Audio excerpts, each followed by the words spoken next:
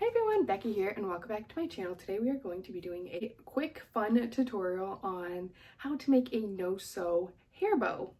Now if you follow me on Instagram, I did post a real quick short reel of how to make this. I will link it down in the description if you just want to watch that instead of this full tutorial, but in this video I'm going to really slow it down and go through all of the steps on how to make this bow. So this bow is very simple and easy to make. You may need some glue like a Gorilla hot glue gun or E6000 glue, but you can get away without using any glue. But the biggest thing for this bow is the type of fabric that you are using. You can't use a fabric that frays, which means like when you pull on it, little strings come off of it. So you're gonna want a mesh fabric or a tulle or even a knit fabric, but you're also gonna want something with a little bit of structure, otherwise it's just gonna flop and fall down. You can find these at Joann's, Hobby Lobby, Michael's. Sometimes they're in like the craft aisle instead of the fabric aisle. So there's a lot of different options for this, and this is also a great Christmas gift that you can make for somebody, especially if you're on a low budget. They are really cute and very versatile and really work for any age. I like to make them for myself or even my 5-year-old daughter who loves them. So let's get started.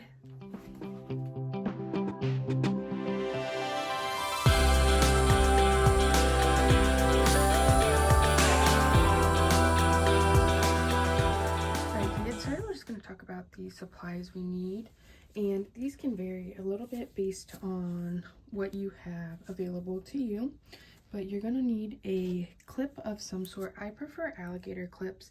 There's some that have a pointier tip instead of this long rectangular one. It just kind of comes to a point there. Those are perfectly fine. I do like this is let's see, a little bit bigger than 2 inches, so around that size I find to work really well, just to stay in hair. And for my daughter, she's about 5, and that's who I make these for, or for myself. They have all different sizes. You can sometimes get them at Hobby Lobby. I buy them in bulk, and I'll put a link to some different options down below. You also could use a like standard barrette. I'll pop up a picture. I'm not very good at describing it, and just to kind of show you, but really the only difference is you might have to attach it a little bit differently, just kind of tie it through it, or you could glue it on, but I'll talk about that when we get to it. Then you're going to want a little rubber band. These are just the little hair ties. I'm using black. I typically would use a color that matches a little bit better, or a clear one, but I want you to be able to see it, so I'm going to be using black for this tutorial. I buy packs of these at Dollar Tree, or you may have them. You also could use a string and tie it around it. It just makes it a little bit harder to work with. The rubber band makes it a lot easier, and the small one is more inconspicuous and just easier because you only have to wrap it around once or twice. And then you're going to want your fabric. Again, as I mentioned, you are going to need a fabric that doesn't fray, so that means like here it doesn't come off. I have no clue where this fabric came from, if I'm being honest, but this is a mesh, which you can find at a lot of fabric stores. You also could use pretty much any knit fabric if you wanted to, but the knits might roll on the ends, so that's just one thing to think about for your fabric choice, but I do love the mesh.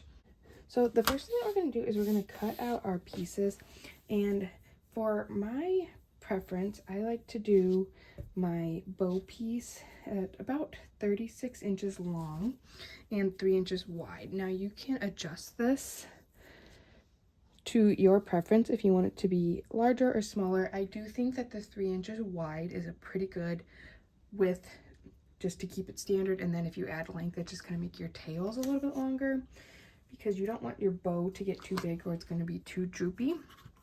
So I prefer to use my rotary cutter, which is this. This is kind of like a pizza cutter for fabric, and a ruler. You need a special mat for it. That's my preference. It's just quick and easy. You could just use regular scissors. There's nothing wrong with that. And I'm just going to cut my piece and trim up the edges there. So this is my main bow piece. I'm going to set that aside, and then for the other piece, I like to do for the center, again, 2 inches is a pretty good standard width. And then I typically do about 5 inches long, but you can really do any length you want. The longer you do, it's just going to be easier to tie. So you don't want to really do too long. So I'm just going to use this piece here. And this is about 6 inches. So I'm not too concerned about the length or the ends being neat and clean. So I am going to leave my board here so that you guys can see better because it really blends into the white. So what you want to do is you're going to take your long piece first and fold it in half if it's not already in half. Fold it in half, and I like to just take my clip. You can use whatever you want, but it's just easy, and I mark my center point. And then I will open up my strip. If you have a right or wrong side of your fabric, then you're going to want the wrong side facing up. So then from your center point, you're going to fold your ends in and crisscross them, kind of like an awareness bow. And the distance from the center to your fold is about how big your flap is going to be once your bow is done. So depending on how big you want it, you can kind of adjust and make them smaller or larger, but the wider they get, the more floppy they're going to be. I prefer a little bit of a smaller bow with then longer tails on it. And you just want to make sure that they are same distance. You can pull them up like that and check them, or you can use a ruler.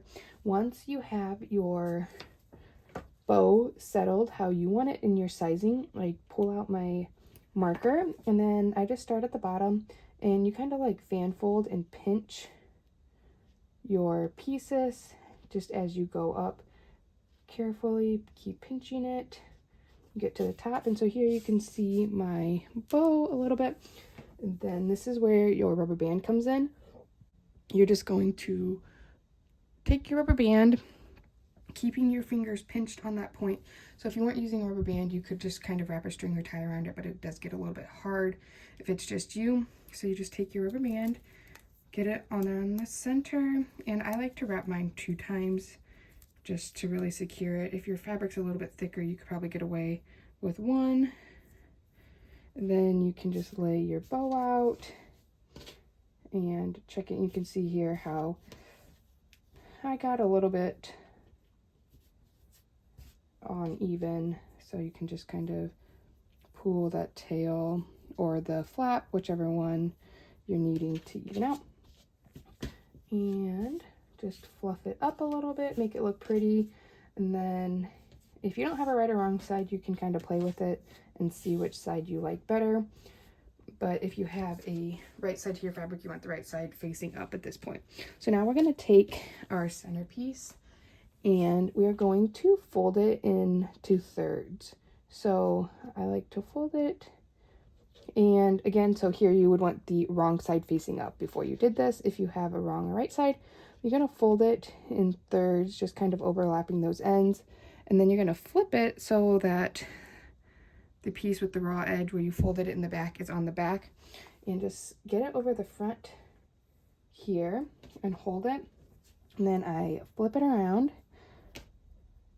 and kind of keeping it folded the best you can. Here's where you may have to do something a little bit different depending on your clip type. I just pull it and it's real loose, and then you just take your alligator clip and I slide it under here, munch it on, and then tighten that strap, and then you can tie it again in a knot and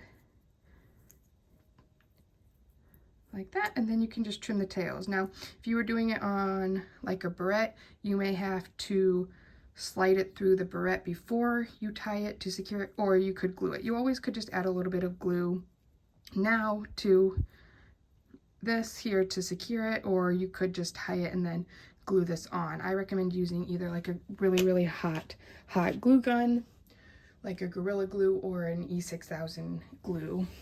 And then, so like I said, we're just going to trim our ends. You don't want to trim them too short because you don't want it to come untied. But like I said, you can always add a little bit of glue to keep it in there. And then I like to put a little angle on my bow tails when they're done. So I fold them over here. And you can also see how this one is a little bit shorter. So if you were going to just cut them straight, you could even them out there. But then I like to just go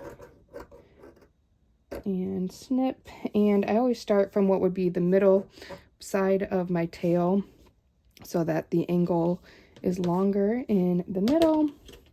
And voila, you are done. All right, once you get your tails how you like, you are done. And as I mentioned, if you wanted to, you could just add some length to this to make the tails longer. And I wouldn't really make the bow any bigger because you can see here it's already kind of starting to flop, but the different fabrics that you use will kind of determine how floppy it is. This is a little bit of a stiffer mesh fabric. It's not stiff like tulle where it stays in place, but some of them will. They'll be big poofy, and you're just gonna want a stiffer fabric if you want a little bit of a bigger bow. But I love this, especially like my daughter. You can kind of see, I don't know how good that looks in my hair because I can't see it put in right now, but just for kind of reference on how it looks in my hair, half pulled back, really cute. I might do a little bit longer for mine just because I do have such long hair, but as I said, my daughter, whose hair is like right here, is perfect for her. And as I mentioned, any materials that I used or any materials that I suggested using, I will put a link down in the description below. I will also pop up a picture of the other one that I made for my daughter in her hair so that you can kind of see, just for reference, how it fits. And if you have any questions, feel free to leave a comment down below. I'd be happy to help. You can also find me on Instagram. It's at Sewbex. It's SEWBEXX. And you can reach out to me there. And I'm always sharing other fun little tutorials. Thanks for watching. Bye.